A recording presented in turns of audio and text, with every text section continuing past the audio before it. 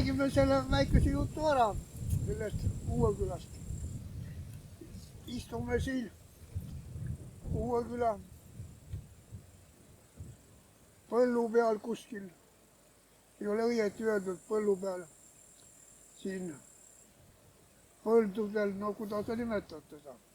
Praegu on ta karjamaa, juba ilmselt mitukümmend aastat. Ja see ala on siin ikkagi hirmus suur kivide rohke ala. Kuna siin, kus me praegu seisame, siin te näete, see Jämme tamm on siin minu selja taga. See üks on nagu üks niisugune möödaläinud ajastu mälestus, nagu mälestusmärk. Et siin on antud temale ruumi võimalus kasvada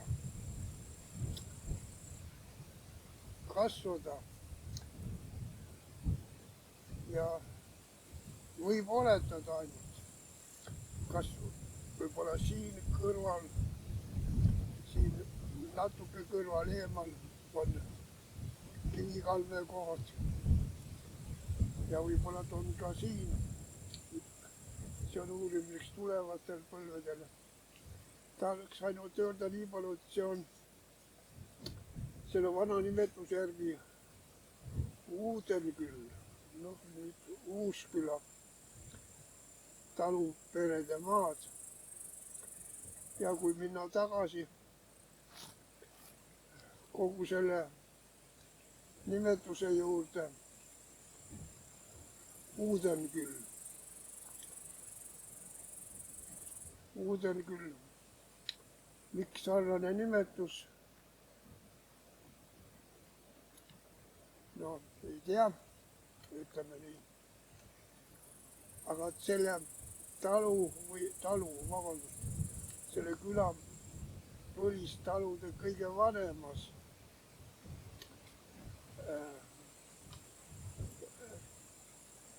kaldumuse meetrika kirjades on Naanu, Vainu, Vaiu. On Tooma ja on Jaani. Ja siis Tjukka Pika on Pika kirjutanud. Aga et sellel Uueküla praeguse küla territoorium oli ta ennem ja on ta praegu, sest see on kõik need talupered on ühe joone peal. Vee võimalused on olnud väga kesised. Ainult Naanu talu õues on üks nagu allika koht, kus vesi, nagu öelda, prestis küll maapinda. See on ainukene selle, ütleme 3 kilomeetri joone peal läänest itta, kus tee läbi küla jookseb. Et seal oli ainukene vesi, kus vesi tuli lihtsalt maapinda. Ainult kaeva natukene auku.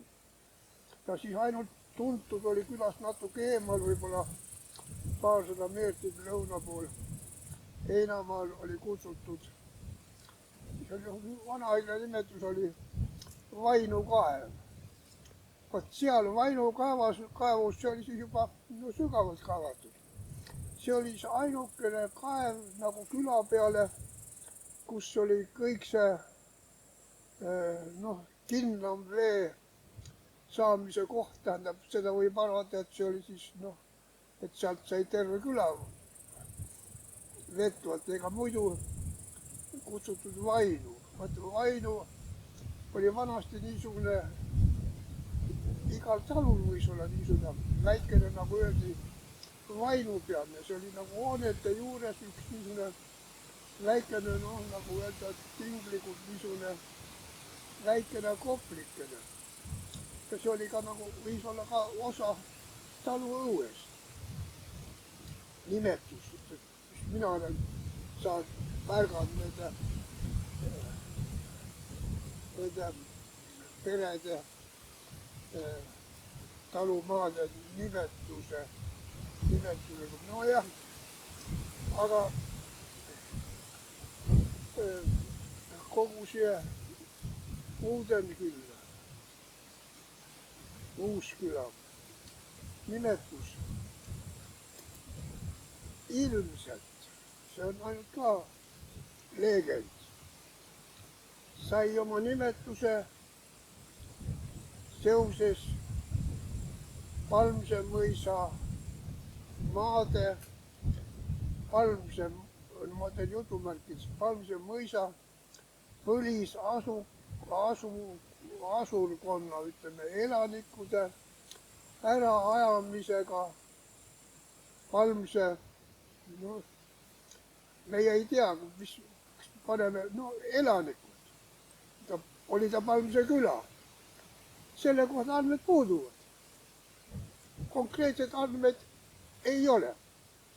Ainult on ühe vana mehe mälestus, kes on öelnud, et vana nimetusega Äkenide koppel. See hakkab Muike koha pealt natuke lõunasse minna, on Praegast, on Taltepa talu koha peal oli Äkenide koppel. Pärast selle kõrval ka see Äkenidi, tuli mõisa paemurd, kus mugamise mõisa kompleks on oma ehituse pae saanud. Et ka seal, et Äkenide koplis olla veel olnud need esialgsed, kes Palmse mõisast nüüd ära aeti, nendelt maadelt, mis mõisuti omale. Ka nende, no jutumärkides saunade või üttide aluskivide kohad, et olevat olnud veel kivisi reas. Aga et see võis ainult olla ajutine, aga tähendab elanikkond, võib öelda, et tekkis sealt siia, kes tuli uue küla alla elama. Ja sellega, ega see nimi ei ole loogiline, et ta on päris tuulest võetud. Ennem oli ta nimetuse Uudaniküla, no hiljem hakati eesti keele muutumisega, Uusküla jäi ta nimeks. Aga ka see kõige idapoolsem talu, siin varem Kristiina poolt nimetatud, et seal põllul, see on pika põld, et see pika põllu esimese asulikude nimi on Noien või Nõudorf. Nõudorf on perekonna nimi. Siis alles tuli hiljem, tuli Pika Jüri, kelle see aeg tuli juba, meie aega 1900. Ja see Pika Jüri oli pärit sealt Palmse tagant Kõrve-Kõrtsi peremees oli. Pika Jüri esivanemad tulid sealt. Et pea oma elanikkonda sai see Uusküla, mis ka põhjustas siis nagu selle nime, sai Palmse mõisa alalt ära aetud inimeste tõttu. Ka see Preediku endine esimene talukoht, mis oli seal Pika põllul, see oli väga liivane põld. Ilmselt ka see peab olema sellega seotud. Ma ei ole puudutanud seda Uueküla Nõmmeküla. Seal, kus oli varem nimetanud Pöösbergi, see oli Madis oli see, tähendab vanaisa nimi, kes oli mõisa metsavaiks. See Röösmägi Hilda oma tütre jutustuse järgi. Kes oli teadlased, aga teised Nõmme küla elanikud, need olid tekkinud minu isa jutu katkete järgi, kui tekkis talude müümine. Tekkisid üksikud inimesed, sulaspoisid, ka tüdrukud. Ka oli seoses sellega, kui tüdrukul oli laps. Vot seda pandi nagu tol ajastul pahaks. Väljapool armast või väljapool abielu. Et ka siis tekkisid üksikud tüdrukud, aga ta tahtis tööl käia, oma elamist teenida. Siis, kui vastav talu andis ka oma maale lubasid, sul tead väike saunake ehitada. Need on paljudel juhtudel on kõik nii olnud.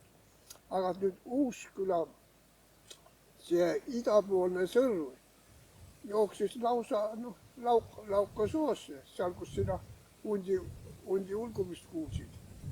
Sinna tekkis väike küla ja saigi nimetus Uusküla Nõmmeküla. Oli tema nimetus. Selle perede täpse nimistu andis mulle sama teie selle Tooma talu, ma ütlen pere poolt, Gustav Soosalu. See oli seisuga umbes 1900 ja mõni aasta hiljem. Kõiki nende taluperede või popsikohtade elanikude nimed andis mulle see Gustav Soosalu. Ainult mida ma tahan öelda, võttes selle Tooma talu auks ja uhkuseks. See peremees Mulgamäe Madis, kes tuli Anijalt selle Anija peksu eest. Ühed igavesed ürgsed tööinimesed. Ega siis need kiviaiad, Toomad ja nüüd see Gustav, pere poolt Gustav, see uus, selle Tooma talu koos see Nurme talu, mis praegu. Kui ka vaatad, keegi pole teist need kiviaedasi läbi käinud. Tohutud kiviaiad. Need kiviaiad, kuule, kõik kätejõu ärgadega veeti kokku, kõik ükshaaval kiviaedadesse lauti. Ja ega siis muidu ütelus oli, et vana Mulgamäe Madis oli ühed sulasele. Ega ma palka ei keela, pead ainult ise välja teenima. Pereme palgakaup oli niisugune. Ja siis see vana Mulgamäe Madise Väimes oli öelnud, et kui talus midagi muud tööd ei olnud teha, kui vihma sadas, kive võib ikka kangutada. Niimoodi sündisid need kiviaiad, et ilm ei seganud mitte kumbagi. Ja ma nagu selle Uueküla kohta ei ütleks rohkem, aga nii, et see Uueküla kogu see tekkimine, see nüüd, kus me istume nüüd siin tamme all seisame, siin on palju hektarid, äärmiselt paepealne, munakive täis. Need krundid olid aetud kõik põhjast lõunasse ridamisi. Ainult, et nüüd neid kivikääpaid ei olegi peaaegu näha. Siin 65-70 aastatel, kui venelane ehitas sinna Arasadamisse seda oma süvavee allveelaevade baasi, mitu aastat terve sõjaväepataljon vedas aastad läbi siit põldudelt tiva ja kõik need väiksed need munakivikääpad. Need olid väiksed kääpad, nagu kanam, neid oli mõnekümne meetri tagas võis olla, nii kui ta kiva oli. Need veeti kõik sinna Ara merde, sellepärast nüüd need lahtised kive on nii vähe näha. Ja nägite, me tulime siit, palju on praegast kived ja praegast ainult on loomakarjamaa siin. Aga see põllud olid siin äärmiselt kehvad, ainult välja arvatud, kõik see parema põlluvärk oli Tooma talul ja siis juba Uueküla, selle küla jätkuks ida pool nimetanud Joondu talu peredele, mis varem oli Joondu einamaad, tähendab Joondu einamaad. Need Joondu einamaad olid varem Võhma küla einamaad. Kui talude, nagu siin ma nimetasin, talukohtade müümine algas ja Võhma taluperesi osa jäi lisaks. Joondu Võhma külad, need ülejäänud talupered kolisid Joondu einamaade joonele ja tekkis Joondu küla praeguses mõistes. See oleks nagu niisugune ülevaade natuke asjast. Ja ei oskagi praegu lisada natukene. Siinsama, kus me praegu istume, siit ainult 50 meetrit on Valter Langi poolt kaevatud Tarand-Kalmet ja kas on 1 või 2, ma ei tea täpselt. Aga nii, et see on ikkagi põhi ja alus on ikkagi väga pikk lugu. Ja ma ei oska nagu praegu oma poolt midagi rohkem lisada.